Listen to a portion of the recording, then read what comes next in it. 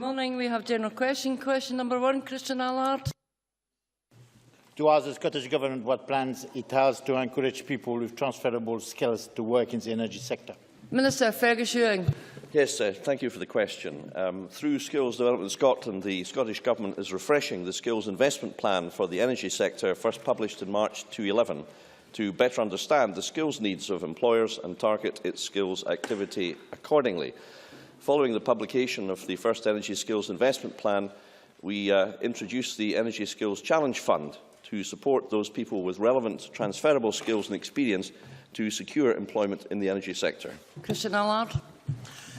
Thank you, the Minister, for his answer. Will the Minister join me in welcoming the fantastic work Energy Skills Scotland and its Director, Mike Duncan, are doing to address the skill gap that exists in the energy sector, and particularly welcome the fact that ESS is based in Aberdeen, the powerhouse of Scotland? Minister. Well, yes, I do welcome that, and it is based in Aberdeen, and it operates very substantially in Aberdeen, but also throughout Scotland. And just by sheer coincidence, Mr Allard, I was at Forth Valley College this morning, just half an hour ago, opening their excellent new engineering facility, which has been praised by oil and gas companies, and which means that they, together with the other colleges and universities in the Energy Skills Academy, are providing world-class quality training for young people to enter an industry that will provide them with lifelong and excellent career opportunities in oil and gas, because, of course, our oil and gas is not running out. Dennis Robertson. Thank you, Presiding Officer. I wonder if the Minister would say that does this provide an excellent opportunity to get more women into the energy sector? Minister. Well, yes, it does, and I think it was Princess Anne who asked the oil and gas industry last Aberdeen why they were neglecting one half of the population. And of course, Presiding Officer, there are misperceptions, because 90% of the jobs in oil and gas now are not offshore, and therefore we need to dispel false perceptions. Just this morning I met one young female who had undertaken an Energy for Girls course specifically for girls in Banff and Buchan College, and I commend that example to others. So I very much hope that we will see more females encouraged to enter the profession, and I'm aware that Dennis Robertson is championing this excellent cause. Question number 2, Alex Rowley. Thank you, Presiding Officer. To ask the Scottish Government how it will meet its targets for literacy and numeracy in Fife schools. Minister, Alistair Allen. We are committed to improving literacy and numeracy levels across the whole of Scotland. The most recent Scottish survey of literacy and numeracy showed a strong performance in literacy in primary and secondary, with over 90% of all pupils performing at or above expected levels for reading and writing. Alex Rowley. I thank the Minister for his response. It is concerning, however, that 5.5% of high school leavers between 2011-12 left with no passes at SCQF 3 or better, and in years gone by we've seen many people leave the education system without qualifications and without basic skills. It is equally concerning that there has been a 68% fall in part-time courses in Fife since 2007-8. Will the Minister agree that we need to look at the requirements of adults to be able to retrain, reskill and be able to brush up on skills, and we should be investing in colleges to do that? Minister. Literacy is important, and numeracy important skills for not only adult learning but for lifelong learning. And the member's question gives me the opportunity to say that only a couple of hours ago I was in St Bride's Primary School in Cowdenbeath, where one of the very reasons why they've been able to show such great improvement in their performance curriculum, in terms of the curriculum, is because they have put such an emphasis on literacy and numeracy. The Government also is involved in the provision of 4 literacy hubs throughout Scotland, one of which has a strong base in Fife. And I certainly take very seriously the point that core skills around literacy and numeracy are vital for people throughout their lives and their working careers. Question number 3, Claire Baker. To ask the Scottish Government when it last met NHS Fife and what issues were discussed. Minister Michael Matheson. Ministers and government officials regularly meet with representatives of NHS Fife to discuss matters of importance to local people. Claire Baker. Sadly, this is not the first time I've raised concerns about the Victoria Hospital in Kirkcaldy. An inspection report from Healthcare Improvement Scotland last week said that improvements must be made to the care for older people as a matter of priority. I know the Minister will highlight the improvements in A&E waiting times in Fife, and while that is welcomed, I do constantly have constituents coming to me with concerns over elderly patient care. And this week, a nurse reported to the Courier that staff are under so much pressure it doesn't take much for the system to be pushed to breaking point. Does the Minister recognise these reports, backed up by staff surveys from RCN Scotland? And what steps will the Scottish Government take that these concerns are urgently addressed? Michael Matheson. Well, the member will be aware that there was a second follow-up inspection conducted by Healthcare Improvement Scotland in December last year to look at the progress that the board were making. It did identify a number of areas where progress was being made, but also areas where they thought there was further progress that could be undertaken.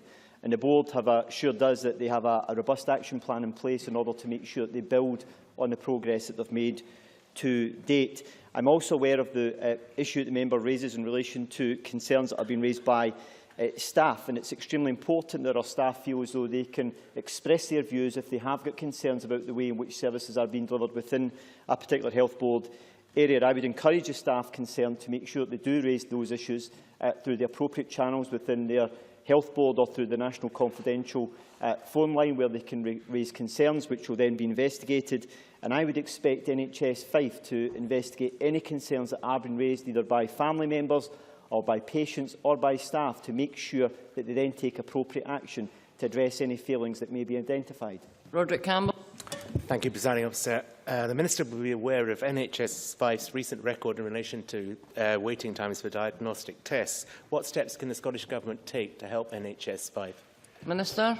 Well, it's extremely important to make sure that our health boards, including NHS Fife, have the right balance of services in terms of primary care provision and acute care provision, and make sure that they have good diagnostic services in place in order to make sure that the patient pathway is as smooth as possible.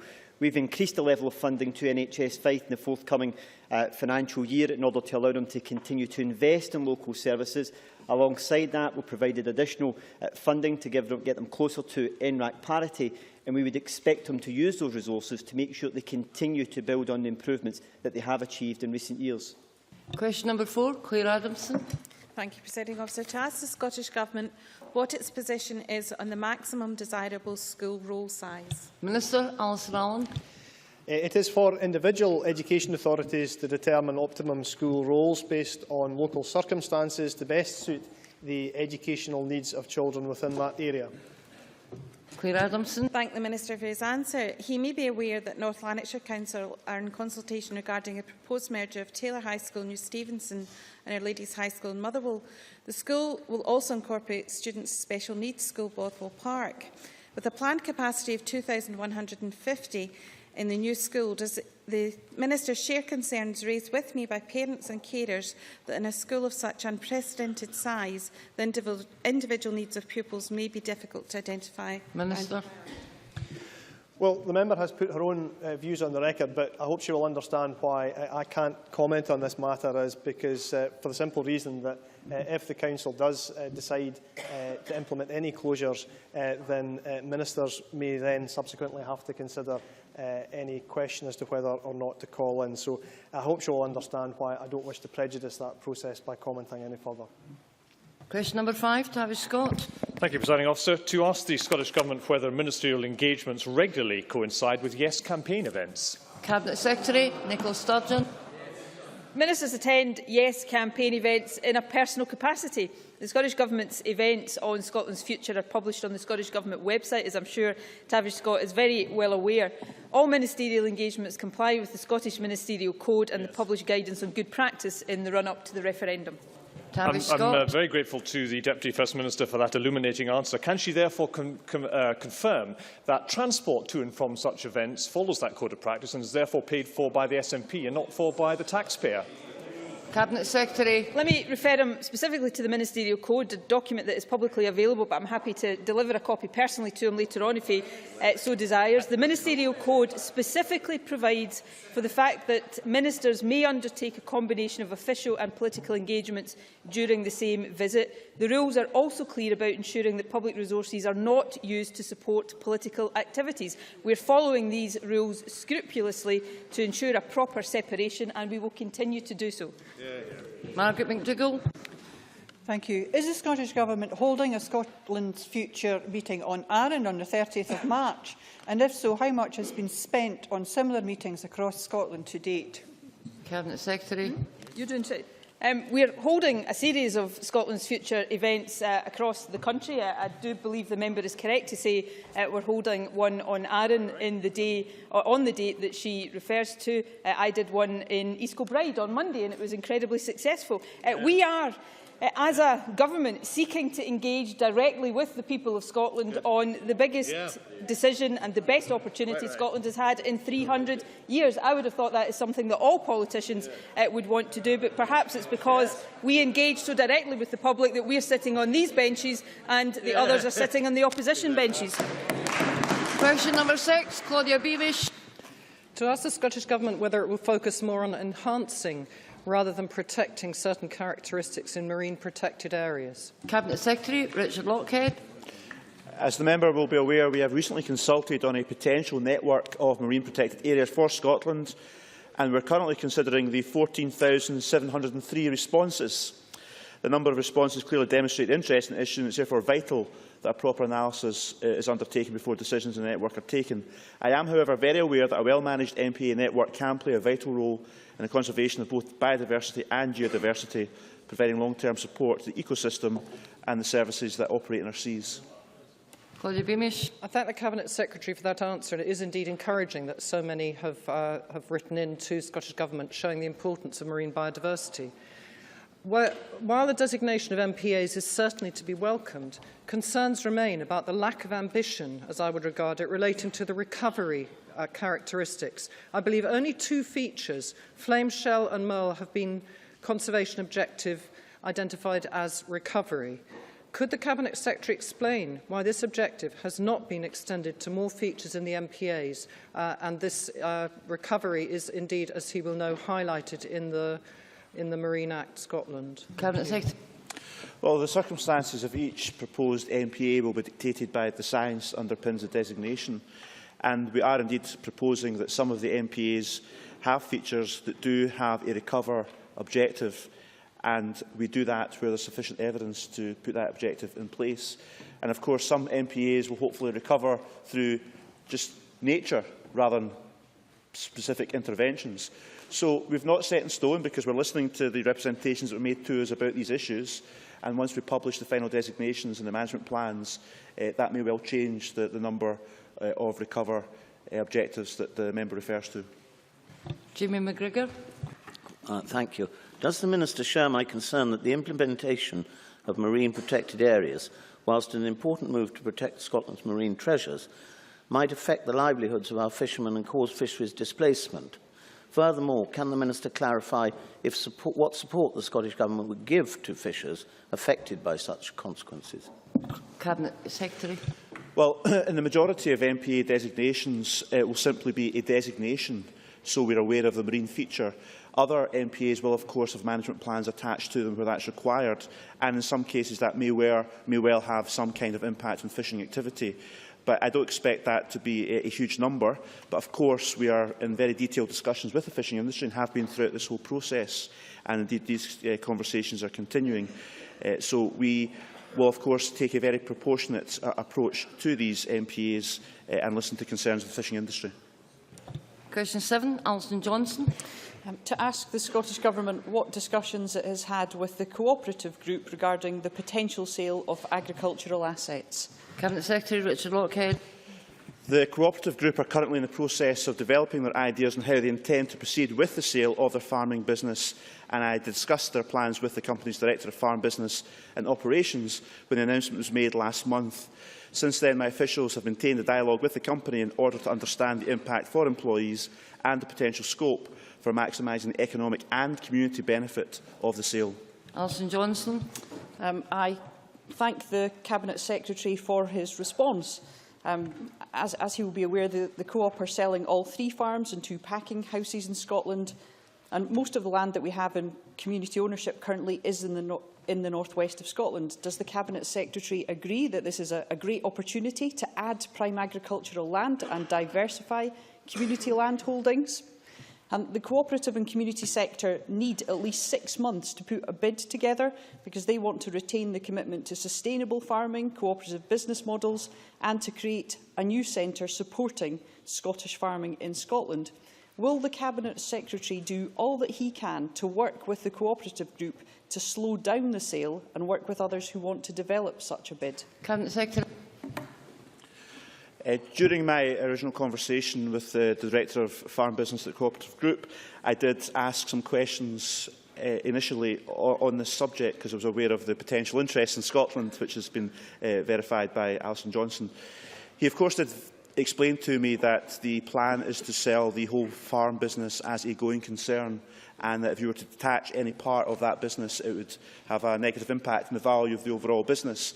However, as I've explained, my officials are in regular contact with the cooperative group. I do have a great deal of sympathy for the aims and objectives of those people who believe we should diversify the ownership of prime agricultural land in Scotland, and I will certainly convey the points that those involved in this particular campaign are making to the cooperative group. John Scott. Thank you, Presiding Officer. The Cabinet Secretary may be aware that Monkton Hill Farm at Troon in my constituency may be part of the Co-op assets. As part of this land owned by the Co-op has thus far not been available to Transport Scotland, who with the help of Stagecoach, South Ayrshire Council and others had sought to create a park and ride facility at Monkton with a view to delivering hard shoulder running for Stagecoach buses on the A77 into Glasgow. Will the Minister and the Scottish Government now again support this project through Transport Scotland if and when the land becomes available? Please. Cabinet Secretary. Well, as Farming Minister, I'm not quite aware of the detail of the transport implications of the sale in the member's constituency. However, if there is a case to build some of these issues into the conversations I'm having with the cooperative group, I'd be happy to do that if I can get more details, and perhaps the member can send me some information. Question number 8, Siobhan McMahon. To ask the Scottish Government what progress it has made in reviewing the operation of the Offensive Behaviour at Football and Threatening Communications Scotland Act 2012. Minister Rosanna Cunningham. Section 11 of the Offensive Behaviour at Football and Threatening Communications Scotland Act 2012 requires Scottish ministers to report to Parliament on the operation of the Act over two full football seasons. And the Government has already commissioned an independent evaluation of the operation of Section 1 of the Act, Offensive Behaviour at Regulated Football Matches, and that research is by the University of Stirling in conjunction with ScotSen Social Research. The work is ongoing.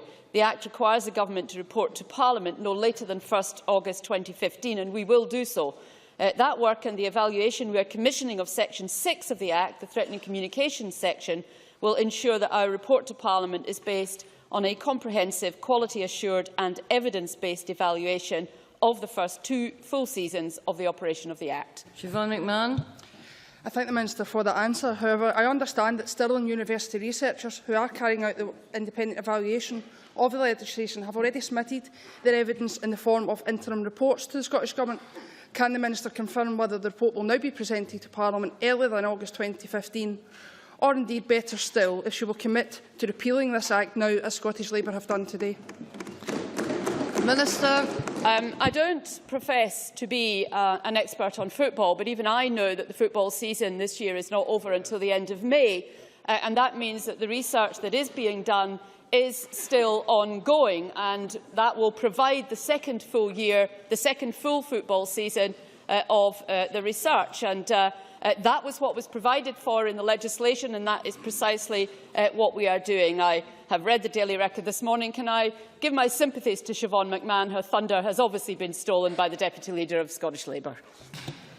We now move to First Minister's questions. Question number 1, Joanne Lamont. Thank you very much, Presiding Officer. To ask the First Minister